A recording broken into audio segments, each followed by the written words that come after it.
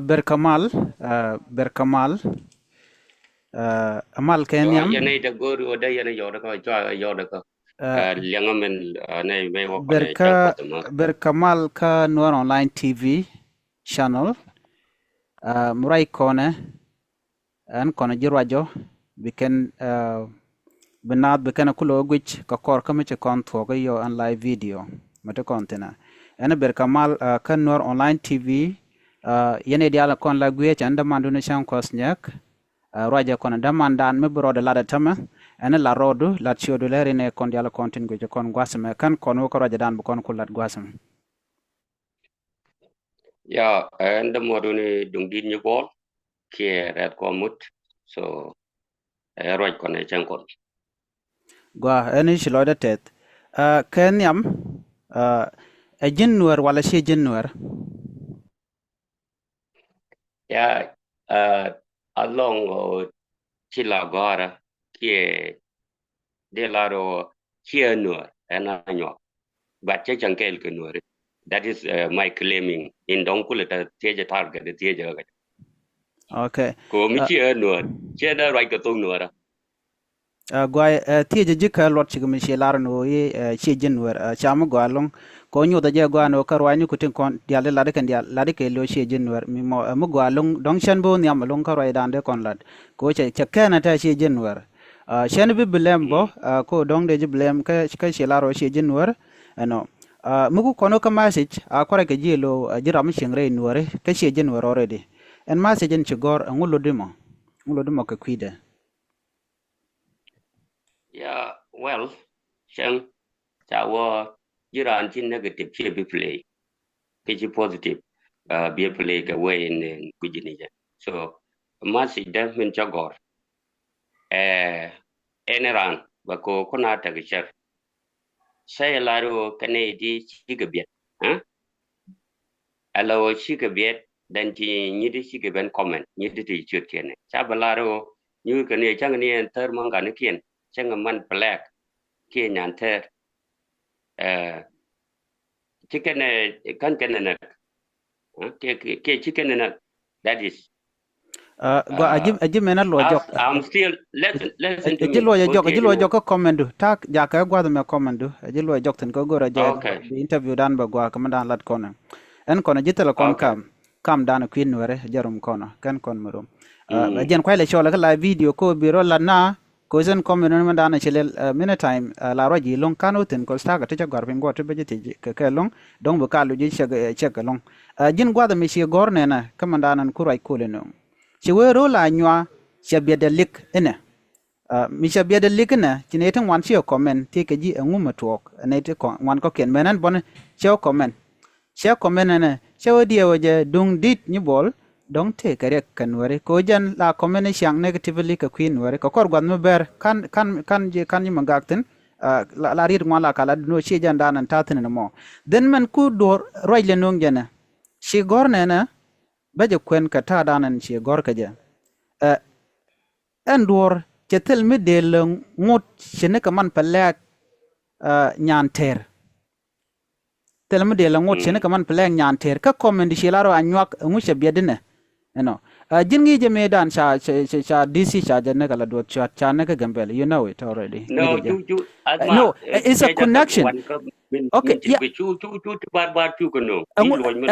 raja lu an warta chan raja lu individual raja kamish gora la jin right kon ko ran building de ko ran building ka ngum kula raja kon ka te jene ji bi kula lara no we are talking about your comment she comment ka kwi society kan nuwer ka jin she jin nuwer jin bar ka jene shi lawla aro ngu shabiyada na an which tel ram naka ko na melu no tel man plag man naka million ka pan ka je tege tour mission and dia waja tour no machine but me the problem jina ne interviews I then hana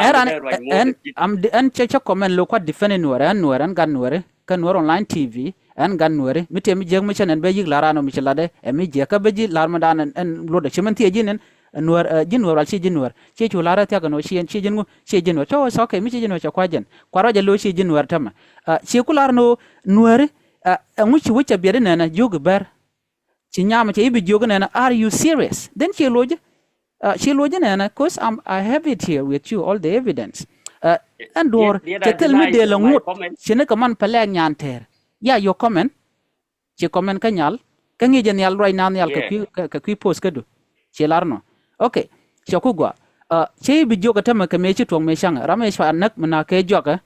dc.chat nakaja my colleague nakaja ka gambella teacher education health science college and tatin men ngejetin dong mata gambel dio right now dong an che chi lwon no ka jina shegor pan ka jete mishanen te ka jog mishanak dio je chi ture shenen gwadam en tur manana shalel te ka comment te ka mishi gwadame be nyok loji nyok my uncle ujogile is sleeping for a month I thinking something it is cooking somewhere uncle we missing you abolish a border kwen ka to ko ayni do chila abolish a border ka cha abol cha jok cha janak tin again chila comment nyok an walle en go mushi weche biede nono ka ngutel tu nyan tel mi cha nak tin mene kala ga to damar mene kon lar nan to kan nore len nore bal okay changa ran nuguro bramadonga text la goro ke dun che bo ka ke mi lawo we ne de kon we ka ma telecon case anwar arwaja okay a to ko din okay ko ta wi roi ka bo roi ba ngang nom de ci ko ran billing e jenin ci nyin ko ro ka je e reason ala da okay gwaya weche ta kamal right when mi che tamal alo ken native ni ke ken but ci ke nyur min loda ci ke nyur tar manga ne ken and they celebrate celebration de la de man flag na de yang na ke anything da ko nyur e jene miana ko mi che mi raja ka ji community da right che raja community du mi ba ko la ga raja ka community dun but gor ga thoknath ne ku raja ka thong no ri chi ka raja ka thok bar raja ka danyo linga tara ide raja thoknath che ma raja ka thok ni chite ka right ko jin ala yorodian ka bar tel yang na thok bar chi kan thong no chi kan ling gor ja no jin yerne loch no ri ka ta dana che gor ka je no koron ando mi tunga pot mi ke mi cha mention mi che chu nuera ke chang pot for example raja lan nuer man nage sha nagi ngum nuer man ke che jo ta sha ra ka kwidan tam raja ka kwin nuere I'm defending my people nuer jin che jin nuer raja la example ke chu nuera mi cha mention ka ni to contribute ban comment ka chang okay jin chi chu nuer shi mention chi chu nuer mention jin chi chu nuer shi mention jin shi jin nuer ka raji ka tung nueri gori ka tung nuer ke jin shi jin nuer ngulu de mo da kul kandi kan nuer kan mention antama tarai wo de roi ka tung nuer ne tok man to ka nywa ko tara ma roi ka tok ni ka che jil ding lit ngeje by the way ni wo chinga attack so point jane mi cha do le la wala le ja ka chu nuer ke che chu mention you have a right what do you complain one thing let me get one thing straight raja ke queen ata chu nanga personal thing jin ke very long time la raja je ga no queen wore jin la complaint no nasser wejbar nasser shwale nyom right now kan idal konde la raja ke queen tera mi jimin jogo to jin meladi mo e chi chagwa ki kan tu kan magak ne ngwala mala komen lan yin ken lan ka kuen lan wono ran ma baje korega la ja shwala la lar ka do ba jogu jina jin ga nuer lese fam no tere nuer jin nuer ore de jam mo wayu ti ayu sure na tara we nuer ngaji wo we ber makula ta di ko la tware di la lingi we nyel i cha kam bar so do you think what I can claim my own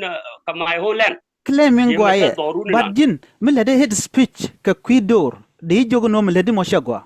milade head speech ka kwidor chi mishala to itele man peleang mishano ngode wuji chabet ishi bar shi ka biet ka ngeje pa inwar pa na gwaza me ka tel mishi nwar jalel celebration chi gor gwaza dien celebration chi gor gwaza dien celebration yang chana ko kieda man peleak kieda ga anche something like that amene nyoko anyo di nyok aji mena nyoda nyok anyo di nyok chune anyo di men chi gor erwaja ka evident te ka chi gor ne kenyam pan ka je shi gor shi uncle gilo ngu shi biede nene shi bied ka kor pat kelio teleman ladi en uncle gi ojo gilo men nang nuwer ka gambele shi jog ngu shi biede na ka abol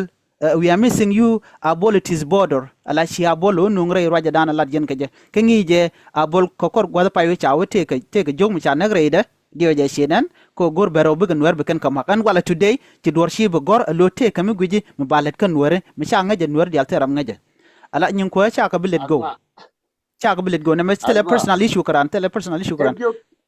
the question naga one ke baga answer kaji and mo gwara merwa ji community hada arwa ji community hada do you dictate in within my community ala yo community right ni ka je ka danyo ko be ken kulaleng jin chumel bin war blodian be jego be je lat ka bi blar no warwa ka community right ga to diena community right ka tung right ka danyo by the way right kan ka danyo and she tele community me shaw kek ala na mi official language ni jaroi ne dial gaje ba right kan ka tung wore community en take go ta wonur te community go re ka tung wore look aban yal wana ka ban yal kan ti leel ko binay to ko kien audio ni ke biya wore bi kana bi to ana bu gaj bang okay atama antama bare to teleman plant na kan ta ji ti dana she gor gwada diena al alo tila gore by the way shaki ignore for very long time especially me shana mala gore be ran be jogode you know ko jin chegwa me dane je kon ga gambela dio you remember that kon je gane je ga lada ta dorot lada ngade den che jok che ko ngaje te la gore already but chan dirten ko tele mi din mir der wi do der la re wuje me doro teram de jogode no bare la re gambele doro why not gambele doro chere me doro mon ban mi ben ko gwada me liuna ka gambele ke shi point den che jo kot na ma shede go akara je ka tung nore du me roje ka tok barnen chande ben ka je I cannot talk to you ti kon de roj de pel de ngai jin tikel ka community do but la din ku ka tung nore ka nge je ne konte la de rwande ti tin be loidien ka ni de la nore chika bar so next time I would suggest gora ka tok bar be bar kun be kana kula leng and me gora I'm not dictating you I'm telling you do not do something muku community ku jaham be chawa gambele roye la do jarwa je kan lat ka gambele me cho gambele changa accuse changa yen changa lat ka mala chwale gambele today nge jin dong chi kwin but ye lat jin changa dong ka live video ti kwa ber to pot ber ne tan yen ke lan te lat me lat gambele me rom kon je ji te de le din doru an wona ne la ko nge kon try grit bu nda jog mana woda la le din nyin ku an me wa bo wa lat ne nyin ka te le dun ku mo nang cha wa te yo te nang ite ber right ka tare idun ne man me changa de nak de yan nak ye me ya ga da wud mai twal nga de nak ga wud mai twal tong yiptut min no nga de jin nako jin gar ko tigre nuere shekru de tere nuere tire nuere boni linga arwaja te dan me cha wa an jal kon ji yu te cha po ni ta ka yu ti kini ti jan boro wud de euro de jal ga ra mo na betre ba je ga ji kwa dan ka jalen ka point elahen kon ete jelge ngeji ke en kwaje jine kule lan rodu le den rodu jenen look aji mena get straight le den rodu ne arwaja tu yena target ne kun tin ngai ka tok kwai la ben jaka jok nga kuji target men shot ken lat ka nuare men shot ken lat ma ti jo chang yo ka video ne ka ne wang kum pa a chele la yena kwala dong raja hada an community ke kaj changa yen ke 5 minutes wanga yen ka ngu yen ka ji number 1 men yen ka ji ko anta man chana bi chaga ka arwa je ke evident to go ka mi che ka je mo chawo ni te jo ti chanang chawo ni han bar yes an anyo gwa dong chal den gui ke mi mane ji la lengi mi ti sto mi go ri bi cho de jakin to ngu da nge to ke ta ke wa wo as background han bar ngai ke je ma na so ngai ke je gwaye eno jina jin bar she jekte ram ka ne dial to ke store ber to kon kama jini jira mi dol go ni jina ni ji mot ni ji mali chwali ju merai ni ji cho ju bran cho de be play why you are dictating us look take a choice but you do not have a choice to kill people by the way she took a choice no she took a choice ko bi anwar bi akanak take a choice to do whatever you do outside of killing your children. By no tell her what jin she associate with this guy Shwali Gilone. Right and change you and take come up then. Community that tell Baki community then turn quay find the Nuer again you destroy, including later to. point the fight me ti ku ye ti kel ka bar me de Nuer na ko di tin ko mi la ke ko ta kel ka bar nga jaman dana la da ka community da nga jaman dana la da ka community da am dif kel ka me de na ko lingu to ke 24/7 de yenga jen na wonna ko wan te jen kwala lar modi alara na lok alara na o michi dollar ba ji kep ka men chilat ba yi kep ke evident gutin content chilat chi jiro to che kala en ai ken do da me jai me choko ko gare ni ne je wo lo do kana me okay ejine tem ko mu la gudu ko ngata ko te ti gambel me titino ala yana ala ri ken bo wotin me jana gambel me ta gambel te ngala je jiyo nga ji jo chi de ka gambela kene de la la ti ko je o na den te ya cha aywa alana an roje ke evident en tele ter karan chende ter ge tera yo me lo da jene but we not ya tomatai no cannot traumatize en mi tirana go chini din bombo ni jina cha jukula ta ka jen social media telerek there and attack but chedewo ka dor there attack la personal thing there attack je but mu ka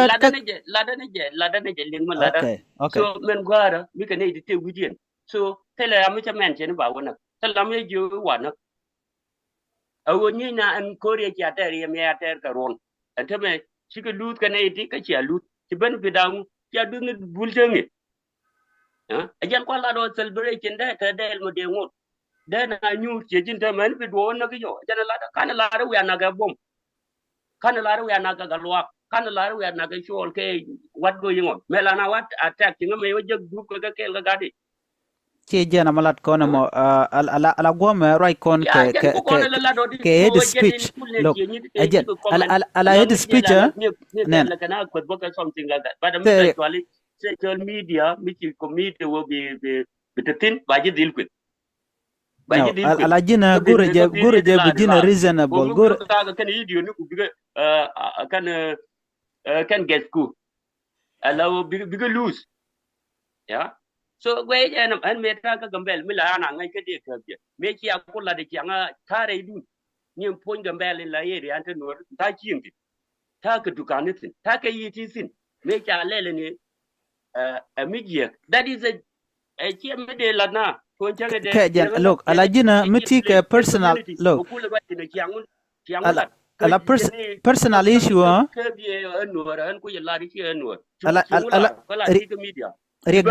regdu yana ramkel no kananen regdu yana ramkel regdu yana ramkel shi babam ne ideal let me say this regdu yana ramkel shi babam ne ideal shenen shire ko tama look ran community ka ran ku mele de jaw kelu adunge kuma bu ma ane de ku en tele mi loda wo mi yen korun ka ba to ka kana da yen Nuer bo South Sudan and Ethiopia en kana da kan gware da sulu chine wetin bi jagyen chera ande jogu were ju wana en jogu ne ka riena ka won me cha ta kamala cha be do chenga de li cha de le ne ka ngad ka de je Kenya Gor Dungdit Kenya Gor no Kenya Gor no mo let's be frank Kenya Gor araja ladimo Kenya Gor Kenya Gor no look she let rule anywa look jano ajina rule anywa shebiet elikina Kenya larate mal Kenya lar shiuru la nyacha bir likene an gwada mo koni dal tiga daile me kamen chigor la na comment an cha comment look chio kwai but chi belar pingwada dane no ngu metele ngada me shangut metele man plek mo ngot kam ngi je jin bar na kana nuore chika nuore nak bar na ka to dan chi ka to dun mi chi wete mal en la na ngar betene tin te pat ko kun bete nong ti nang ka bete ne ti na ka ku ni ti kon la ko don kon ti mal ban ji we ka na ma ga do gor wa ne ga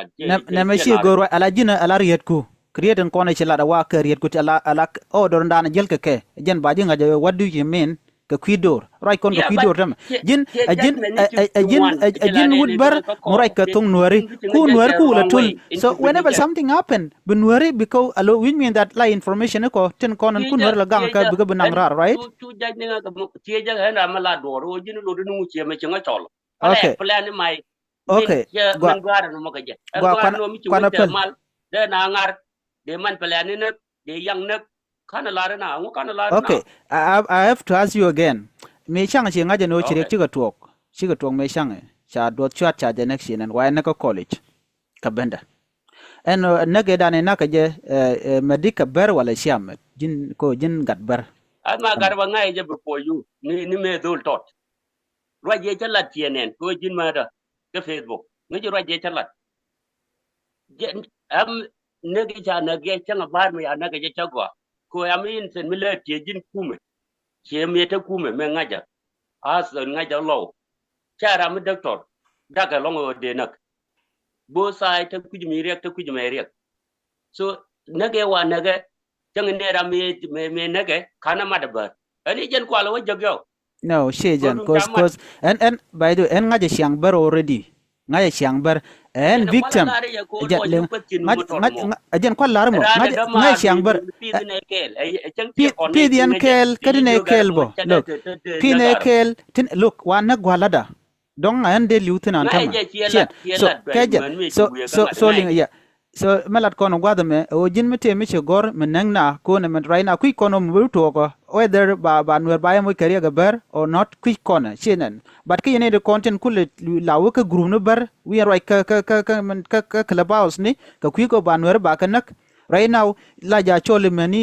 wude chal ka gilo meni lo your uncle you know ka jugo jiga kui abol ka bilo brai gwada me no ngunti na bi ne tele mo wat ka mon how come jine jira mo rai ga tong Nuer ni jin body o shi de support ngo de che understand could defend your rights and me loda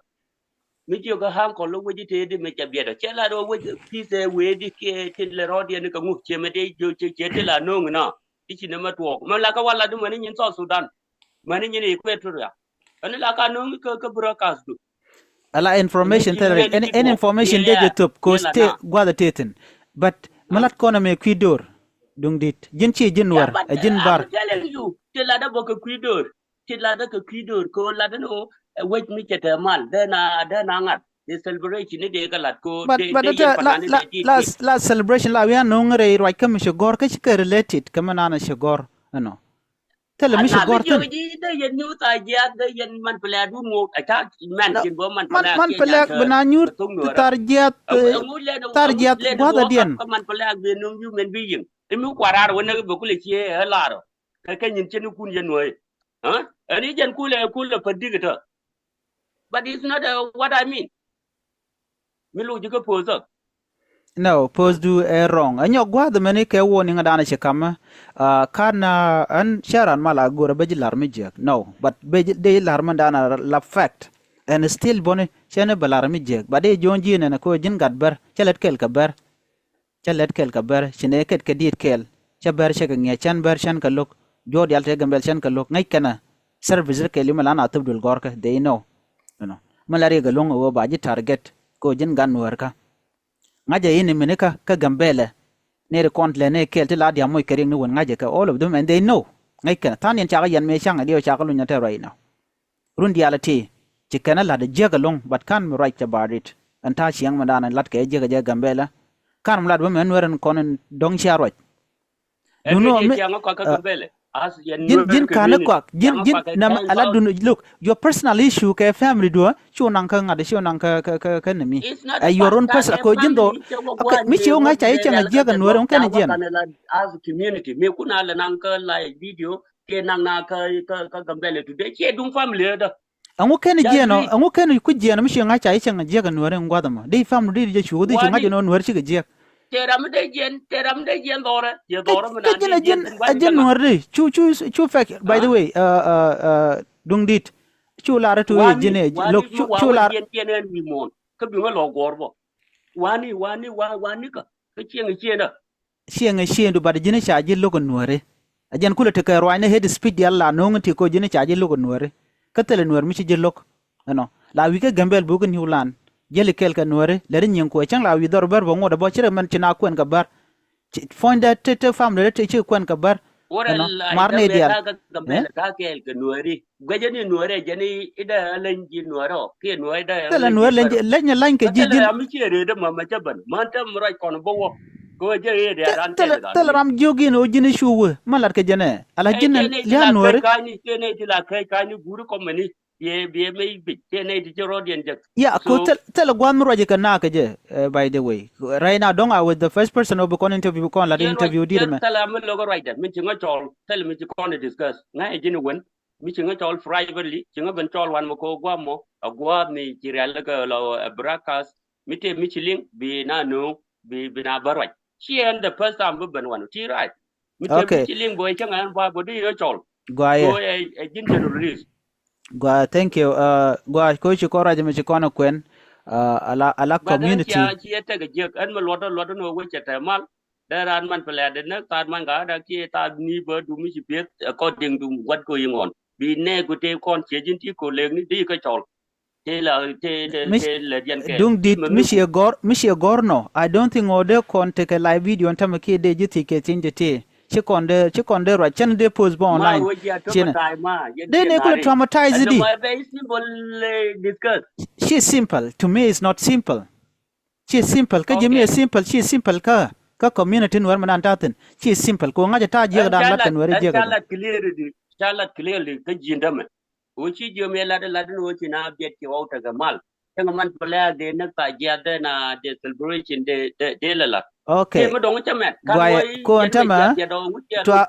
to avoid misunderstanding chi la no che misunderstand chien karo ada kan Nuer dia content chi comment ka dundu goro jeno mu goro gwa jin ku ben jin lo ku ben jong ne maladi to ku bi ben gig ni je ya goro be ngaja la talk where you stand chi la no she jin right now mu cha confirm more deoti la de reality chenen don wono guardian again to no cha confirm on tam ka ji chenen la wan me e che bi lo new ba la wo chi gu mo cha wo confirm ma chan ko la de je before ni 2013 cha la de long term long run well jong ni ni bay ben wa kala di dollars wan me mi bi ji gwa ye to go je ba ji kula nen wi mo no to den ke Facebook wala ko ngo to go je ke la de je go ga Facebook me ngot ko no mala to la ngad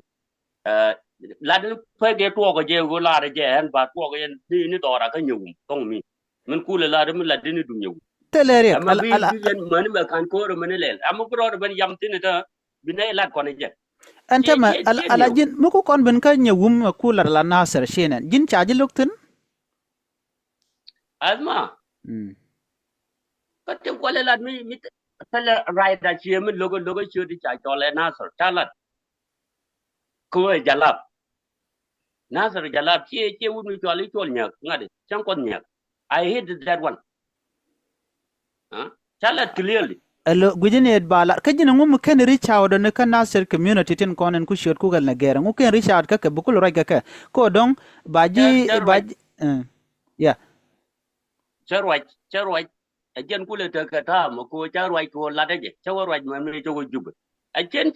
la kon ada dian jangan misunderstood jangan misunderstand ka tin la la wan but kuji bishi na dide gwan we ent nane ko fire my community che ma ko fire ka your community do you think we go on community do ke go on jin I decide ba fire ka my right my community my people my land that is jinata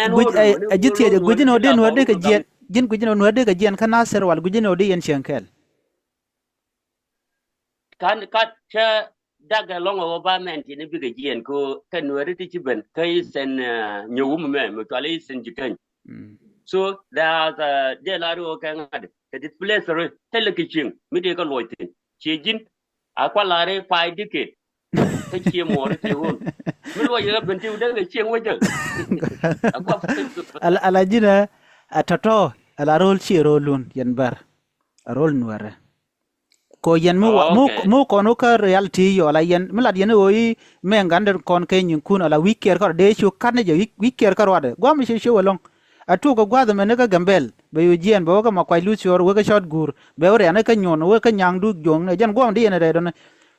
ka shi ade ching tin bo ka yen de tiene shi angwana long mu ka ta dan ko sheng yen wi yer chenen wala talam la ka da tuk talam ka da tuk ni ka du che de wo tuk bi me che na long ko la ya gang me ne gwa me te ke today ngi jenta man wer chi kan cheng wi ker nuwer te ke recheng la ben na wi ker chi pe chi piu chi ka tuk wala jwa ne je no mo ke mo cha lat tin wala wo te tin kon angade hot play dien kan native kwa bo pokino ko Nuer me bel kan jang ka ta do ke juru ko kiena ba ban go ne. That is a problem. Rulu na guardian we to go guardian we guardian. I'm not kwala de ko Eastern Yawum by ban to ka galachal. Alo yen dur tot yen ber te tot ne rule makeli we dundun. Chiaro kalpin already. Role I didn't tell me to family go nyanga dundian they were a family. I am to do it. Taga tido dien ka kui gambela. Alamo rai ka nuerin tama ka gambela ko majority ka nuerin ngejeja ber kui ka. Nogu jan tama majority de jarwa jan edit yene ador matot.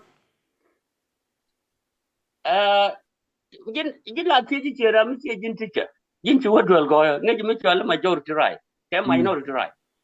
Majority rule minority right. Majority rule minority right.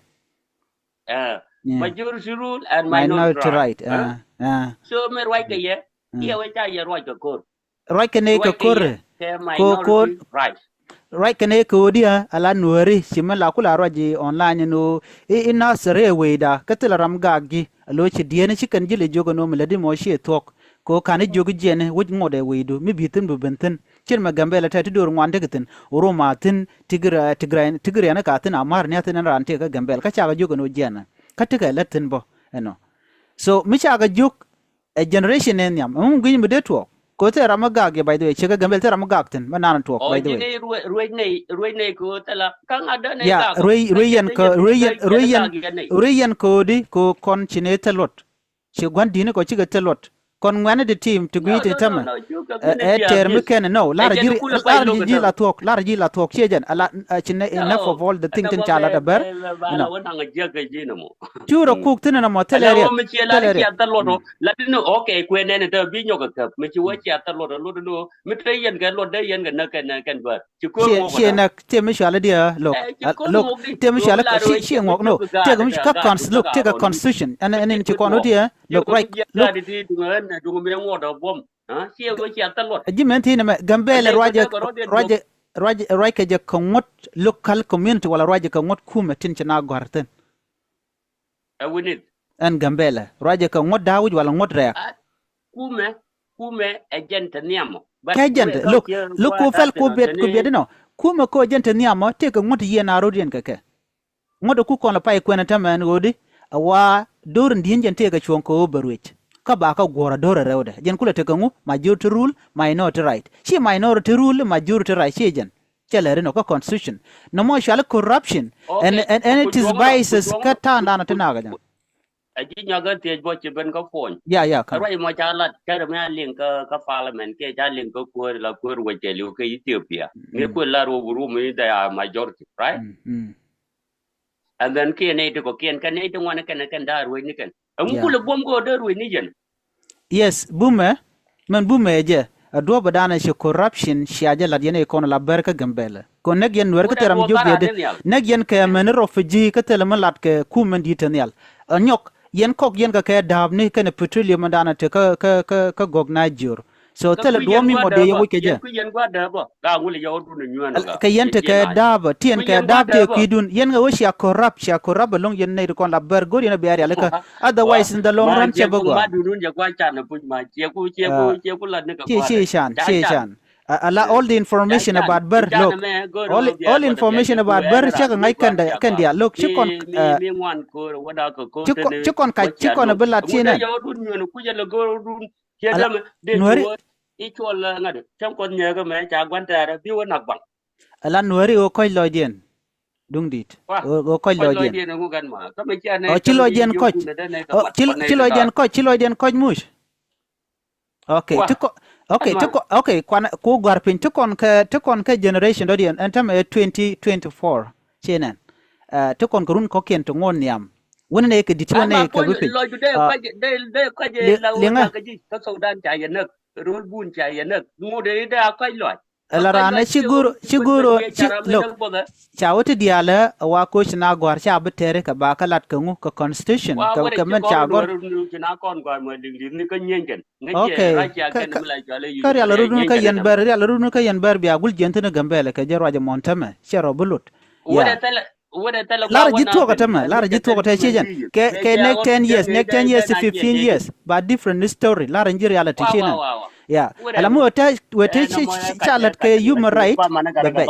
Oh, to admit wrong. Okay, ka kwaji anta ma chana ko pele nono chilo de te dalun ko shay kon interview me kono lat tin condition lat ane ka ku nono brambu ka jash ka live video dana me ba ko jaje lajen ban menitin mangur gane je lungo de wida ta kamal especially ramen dogmal noga version ka lok bat minna kan wer ni shang ba ni min chen mo mat ka ke men ni shang but mi kane it normal roinen karan kamal che me che di te lat bo ka ber kel ko de malere te le ka ber ban mungut ken lo ku kan targen nuore nakan kame ne tikaro fije kam nakan kame ji gambella na mori gadi ber pankien mi kan na no won dio ye chi ka bit na ko ông mi gor ko to ko gambella ye ne tin changa a word mi che ne to wan che kan nung ya let me say yen nuere te tin ta gambella ke ka ethiopia rule aman nuere te ka so chi ban gambella chi ka ban gor chi ko wan ya berarti tega jur ko South Sudan ka pincar la sika ben na gambele sika ben wanya when you go yana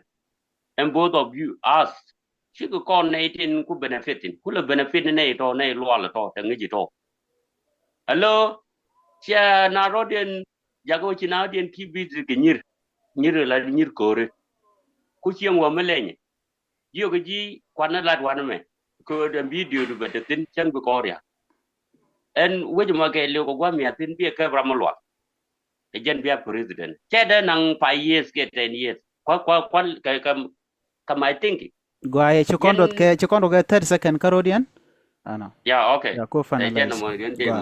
gwa so you have to work hard to ngai yana chieng kana chete me nya ma wota mi wala bana na ga ta kan wari bina na ko ba ga je chabu gwa ante mo ko lar berno gwanemal jego binaru den lel kalan mi cholo lalia na chagwa leri ka ko che joy no jin gadber leri ka ba no ri tri mo no le je no te na kana jog ne ke o pale la chagwa ko ni me ka na ni nyen ga baran na na chia gambele na rodien an ka wa yang pa do le no no ala yong kwang ngwan ke de yong kwang de jipet ka wa dio je chitam dan to tam na thank you cholo tet bu kon nyoga je ka shang rodien ana gwaye bitaka mal